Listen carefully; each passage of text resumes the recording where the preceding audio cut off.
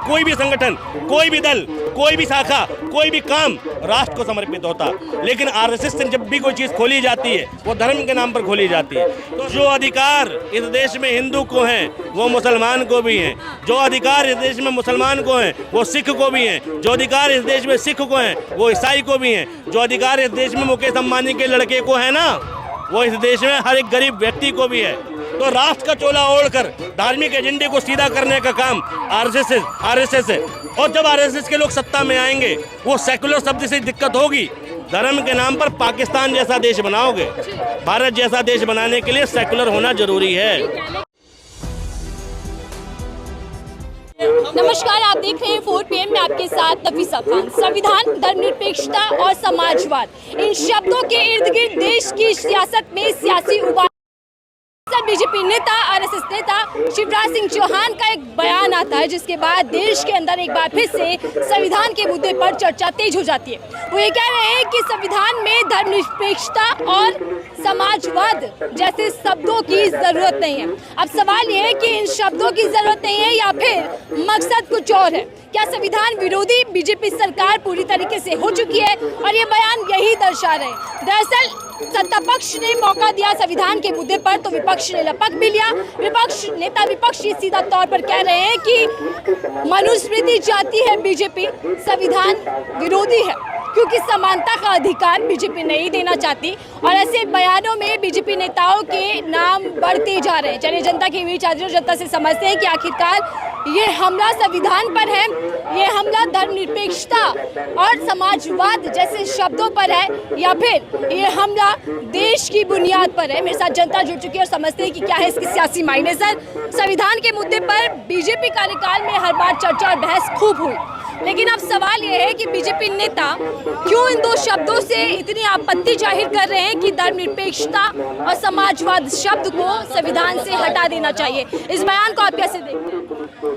देखिए, पहली बात तो जिन लोगों की राजनीति ही धर्म के एजेंडे पर सीधी होती हो उन लोगों को ये शब्द तो बुरे लगेंगे ही। यहाँ प्रॉब्लम शब्द से नहीं है, संविधान की मूलभूत अवधारणा से ही है कि आखिर अलग अलग धर्म को मानने वाले, इतनी विविधता के साथ रहने वाले लोग एक साथ कैसे रह रहे हैं। विविधता में एकता हमारी खूबी है और सरकार जब तक इस एकता को तोड़ेगी नहीं, सत्ता में बनी नहीं रह सकती। ये विविधता में एकता को तोड़ पाई है, इस देश की यूनिटी को तोड़ने के बाद सत्ता में आई है।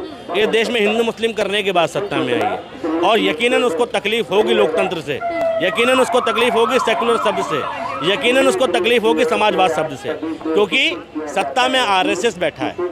वो आरएसएस जो अपने आप को राष्ट्रवादी संगठन कहता है। मैं पूछना चाहता हूँ कि कैसे राष्ट्रवादी हो तुम, कैसे राष्ट्रवादी हो? आरएसएस कैसे इस देश में राष्ट्रवाद की परिकल्पना को साबित करता है? क्योंकि आज तक आरएसएस से जितने संगठन निकले, चाहे वो विश्व हिंदू परिषद हो, बजरंग दल हो, किसी भी संगठन का नाम राष्ट्र के नाम पर नहीं है और खुद आरएसएस का नाम राष्ट्र के नाम पर नहीं है। उसमें लिखा है राष्ट्रीय स्वयं सेवा संघ, आरएसएस है ना, स्वयं की सेवा के लिए संघ बना रखा है, ठीक, खुद की सेवा के लिए, राष्ट्र की सेवा के लिए नहीं बनाया, ठीक। और दूसरी बात, उससे जो निकलता है वो विश्व हिंदू परिषद क्यों निकलता है, ठीक। और आरएसएस जो भी चीज़ ऑपरेट करता है वो धार्मिक एजेंडे पे क्यों ऑपरेट करता है? आरएसएस के द्वारा चलाया गया स्कूल, ठीक, भगत सिंह स्कूल नहीं है, राजगुरु स्कूल नहीं है, ठीक, हिंदुस्तान पब्लिक स्कूल नहीं है, भारतीय संविधान पब्लिक स्कूल नहीं है, BR अम्बेडकर पब्लिक स्कूल नहीं है।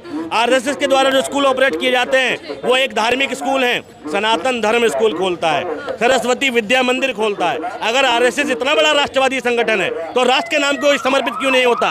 अगर आरएसएस इतना बड़ा राष्ट्रवादी संगठन है तो आरएसएस से निकली हुई शाखाएं, आरएसएस निकले हुए दल राष्ट्र के नाम समर्पित क्यों नहीं होते? क्यों वो विश्व हिंदू परिषद बन जाता है? क्यों वो बजरंग दल बन जाता है? क्यों वो हिंदू रक्षा दल बन जाता है? अगर आरएसएस राष्ट्र को समर्पित होता तो आरएसएस से निकलने वाली कोई भी संगठन, कोई भी दल, कोई भी शाखा, कोई भी काम राष्ट्र को समर्पित होता। लेकिन आरएसएस से जब भी कोई चीज़ खोली जाती है वो धर्म के नाम पर खोली जाती है। तो राष्ट्र का चोला ओढ़कर धार्मिक एजेंडे को सीधा करने का काम आरएसएस है। और जब आरएसएस के लोग सत्ता में आएंगे वो सेकुलर शब्द से दिक्कत होगी क्योंकि वो राष्ट्रवाद का चोला ओढ़ना चाहते हैं और इस देश की मूलभूत अवधारणा को खत्म करना चाहते हैं। वो राष्ट्रवाद का चोला ओढ़ के इस देश को हिंदू मुस्लिम में बांटना चाहते हैं। वो राष्ट्रवाद का चोला ओढ़ के इस देश का विखंडन करना चाहते हैं। आरएसएस राष्ट्रवादी संगठन नहीं है। जिन लोगों को गलतफहमी हो उनकी ड्रेस से अंदाजा लगा लो। सर पर है काली टोपी क्या? अंधकार, तम का प्रभाव, गुलामी का प्रतीक, और फिर शरीर में सफेद शर्ट शांति का प्रतीक और हाथ में डंडा शांति भंग करने का प्रतीक। फिर नीचे है कच्चा खाकी, पुलिस का प्रतीक, डिसिप्लिन का प्रतीक, और कच्चा भी आधा डिसिप्लिन भी अधूरा। ये है आरएसएस। जी बिल्कुल मैं दे रहा हूँ, ये है आरएसएस। वो आरएसएस, मोहन भागवत ने आज ही कहा कि आरएसएस मतलब अपनापन, अगर एक शब्द में समझा जाए। वो आरएसएस हमें देशभक्ति सिखा रहा है जो इस देश के तिरंगे का अपमान करता है। अगर आरएसएस इतना बड़ा राष्ट्रवादी है तो आरएसएस ने 52 साल तक तिरंगा क्यों नहीं फहराया? आरएसएस ने तिरंगे का विरोध क्यों किया था? आरएसएस के जो फाउंडर हैं वो कांग्रेसी थे, डॉक्टर हेडगेवार, ठीक, उन्होंने भाई तिरंगे का विरोध क्यों किया था? भाई आरएसएस के जितने भी संस्थापक रहे हैं अभी तक, ठीक, 52 साल तक तिरंगा ना फहराने के बाद जब देखा अपना व्यक्ति मुख्यमंत्री प्रधानमंत्री बन गया है तो अपने धार्मिक एजेंडे को सीधा करने के लिए राष्ट्रवाद का चोला ओढ़ लिया। भाई इतने साल में अगर किसी चीज की तरक्की हुई है तो आरएसएस की हुई है ना? और आरएसएस राष्ट्रवादी होता तो आरएसएस से निकलने वाली शाखाएं राष्ट्र को समर्पित होती, वो विश्व हिंदू परिषद नहीं होती, बजरंग दल नहीं होती, हिंदू रक्षा दल नहीं होती। ठीक है, लेकिन सर इस बयान के बाद अहम सवाल ये है और समझना भी जरूरी है कि अगर भारत धर्मनिरपेक्ष नहीं, जैसा ये कहा जा रहा है कि शब्दों को हटा दिया जाए, तो फिर भारत क्या होगा? क्या सांप्रदायिकता वाला भारत ये चाहते हैं? भारत धर्मनिरपेक्ष था, धर्मनिरपेक्ष है, और जब भारत आज़ाद हुआ, जब अंग्रेजों से गुलामी से छुटकारा मिला, हम तब के भारत की बात कर रहे हैं। अखंड भारत एक अलग परिकल्पना है। अखंड भारत में कई 100 रियासतें थीं, बटा हुआ था भारत। जब अंग्रेजों का शासन आया तो उन्होंने रियासतें खत्म करी, फिर पंडित जवाहरलाल नेहरू का शासन आया तो कई सारी रियासतें मिला के एक यूनाइट भारत बनाया। वो है भारत। वो भारत नहीं है कि भाई नीचे साउथ में किसी और का शासन है, मराठा में किसी और का शासन है, फिर ऊपर किसी और का शासन है। वो भारत नहीं था। तब तो साम्राज्य थे इस देश में।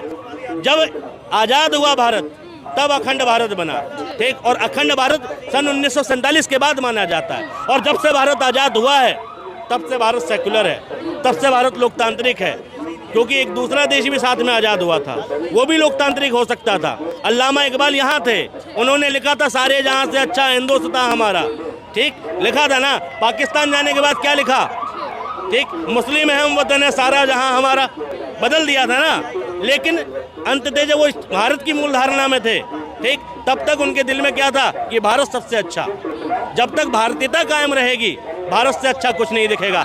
लेकिन जब भारतीयता का पतन होता है तब धर्म अच्छा लगने लगता है। आज कुछ लोगों को हिंदू धर्म अच्छा लग रहा है, कुछ लोग हिंदू राष्ट्र की बात कर रहे हैं। धर्म के नाम पर पाकिस्तान जैसा देश बनाओगे, भारत जैसा देश बनाने के लिए सेकुलर होना जरूरी है। लेकिन सर इस मांग में बीजेपी नेताओं के नाम बढ़ गए हैं। जगदीप धनखड़ जी उपराष्ट्रपति, वो भी कह रहे हैं कि आपातकाल के दौरान ये बदलाव क्यों किया गया, संशोधन क्यों गया प्रस्तावना में। और इसी के साथ साथ असम के सीएम भी ये मांग कर रहे हैं कि धर्मनिरपेक्ष और समाजवाद शब्द हटा देने चाहिए। देखिए, जो तजुर्बा जो होता है ना वो बालों के सफ़ेद होने से नहीं होता। स्वामी विवेकानंद ने कहा था पुस्तक मनुष्य का तीसरा नेत्र है। क्यों कहा था? किताबें पढ़ने से हमें सामाजिक ज्ञान का पता चलता है। एक आदमी जब 100 लोगों को एक्सपीरियंस करता है तब एक किताब लिखता है। एक आदमी 100 या 1000 लोगों को एक्सपीरियंस करने के बाद एक किताब लिखता है, और उस किताब को पढ़ने वाला एक किताब को पढ़ के 100 लोगों के तजुर्बे को हासिल करता है। मुझे ये लगता है भारतीय जनता पार्टी के जितने भी नेता हैं, चाहने वाले हैं, सपोर्टर हैं, अंधभक्त हैं, उनका नाता किताबों से नहीं है, इसलिए उनकी तीसरी आँख खुली नहीं है, इसलिए उनका जो सोचने की क्षमता वो बड़ी नहीं है। संविधान की मूलभूत अवधारणा उसकी प्रस्तावना नहीं है।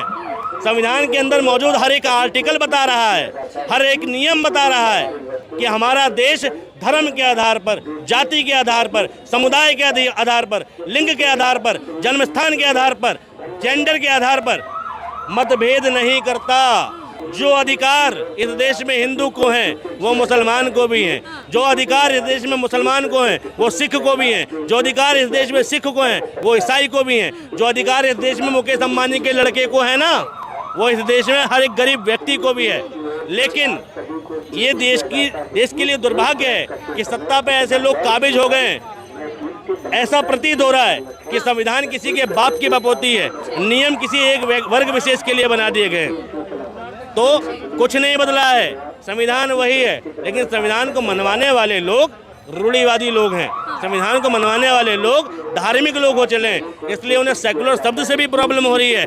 यूपी में नमाज से भी प्रॉब्लम हो रही है। एक मुख्यमंत्री कावड़ के आयोजन को कर सकता है लेकिन नमाज के आयोजन को नहीं कर सकता।